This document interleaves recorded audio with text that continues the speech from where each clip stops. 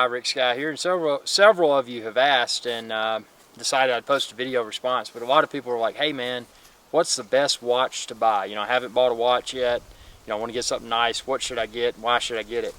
Well, first of all, I want to say check out my website, timepiecesfortomorrow.com. You can find a link within this video's description, but on timepiecesfortomorrow.com I list several, I've got a lot of information about watch collecting, so you may find it valuable. But the main thing I encourage everyone to do, is do your research before you go somewhere. The best place, in my opinion, to pick up a new timepiece is the Caribbean, because most of the places it's duty-free. Most of the places you can negotiate and probably get a fair price. Now keep in mind, just because a timepiece is made by a certain manufacturer doesn't mean that it's desirable.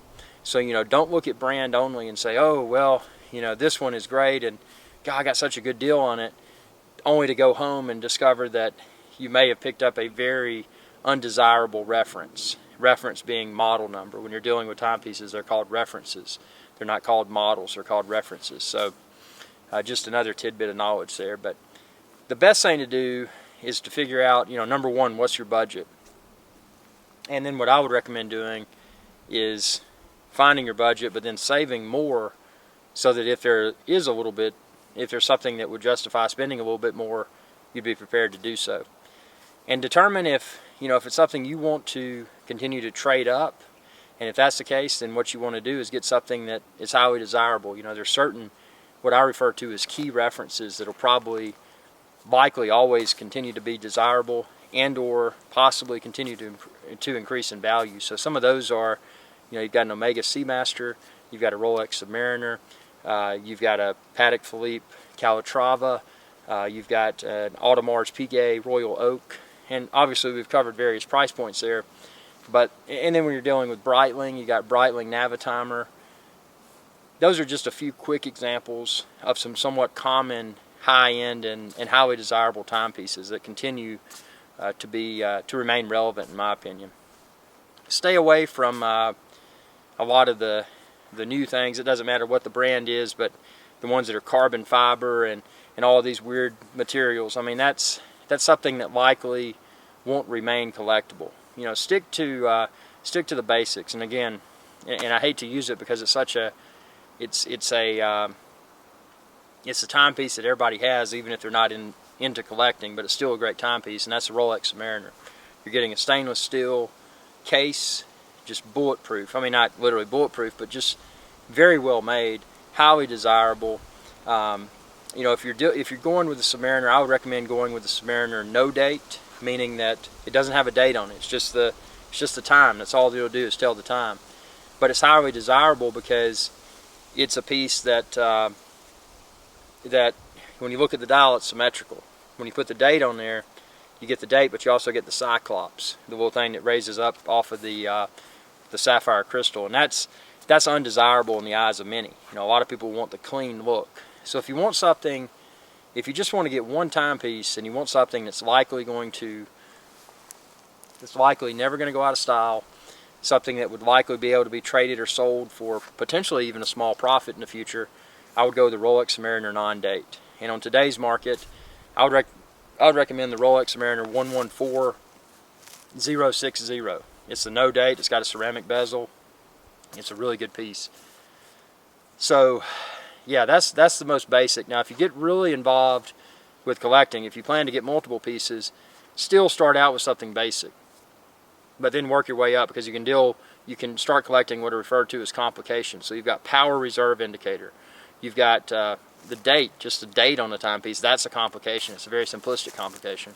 You've got moon phase, you've got I already said power reserve, you've got annual calendar, there's so many types of things that you can get on an automatic watch, and it's an addictive hobby, because you're probably going to find that if you get addicted to this, well, I've got my sports watch, I got my Rolex Submariner, my Omega Seamaster, but now I need a dress watch. So maybe you're looking at the Patek Philippe Calatrava or the Audemars Piguet Royal Oak. You're looking for something that's different. Something you wouldn't wear out on the beach or in the pool, but something you would wear to a meeting in the boardroom. So you want to mix if you're going for multiple pieces, you want to really diversify that collection as much as possible. And something I like to do is, I like to collect different manufacturers. I don't like to necessarily go after multiple pieces from the same manufacturer. Maybe I will in the future,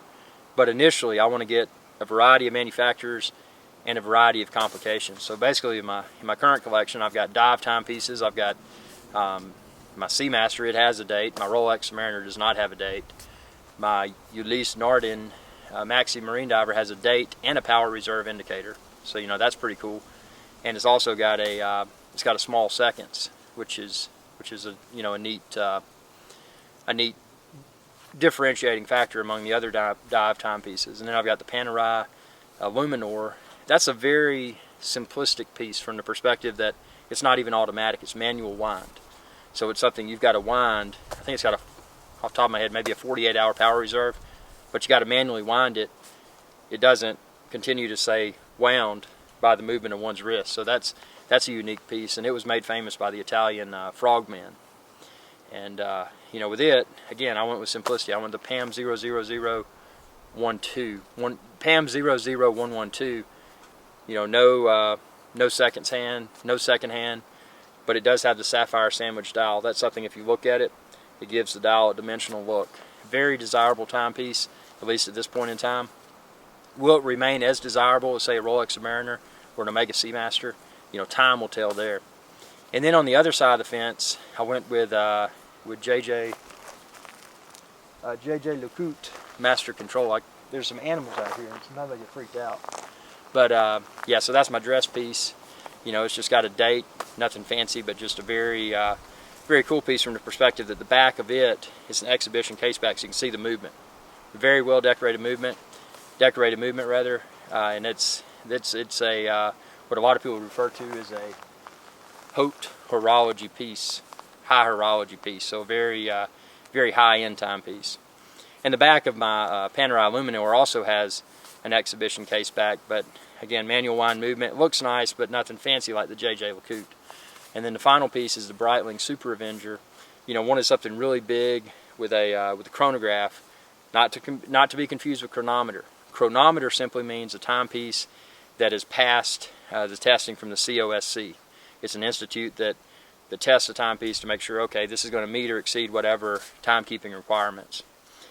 So that's a chronometer, but a chronograph, think of it as a stopwatch. So my Breitling Super Avenger is an automatic piece. It's a chronometer and also a chronograph.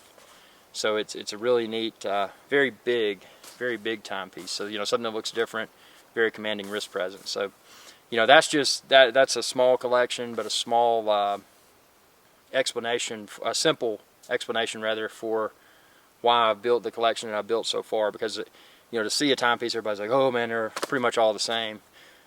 You either get it or you don't. But if you're a collector, these are clues that may enable you to better identify and better diversify your own watch collection. Because when you go to these places, especially in the Caribbean, it's very easy to become quickly overwhelmed with all the variety and potentially make a poor purchase decision. So do your due diligence up front. Don't walk into a store not knowing what you want. But when you walk into that store, have several options in your mind and know exactly what you want. So if they don't have one, maybe you can get a good deal on something else. Negotiate. Check out timepiecesfortomorrow.com. I've got a lot of good information there. And be sure to subscribe to my channel, youtube.com/IRIXSky. Thanks for watching, and y'all have a good day. Hey y'all, IRIXSky here. If you enjoyed this video, please be sure to subscribe, like, and share. It's viewers like you that enable my channel to continue to grow. Thank you.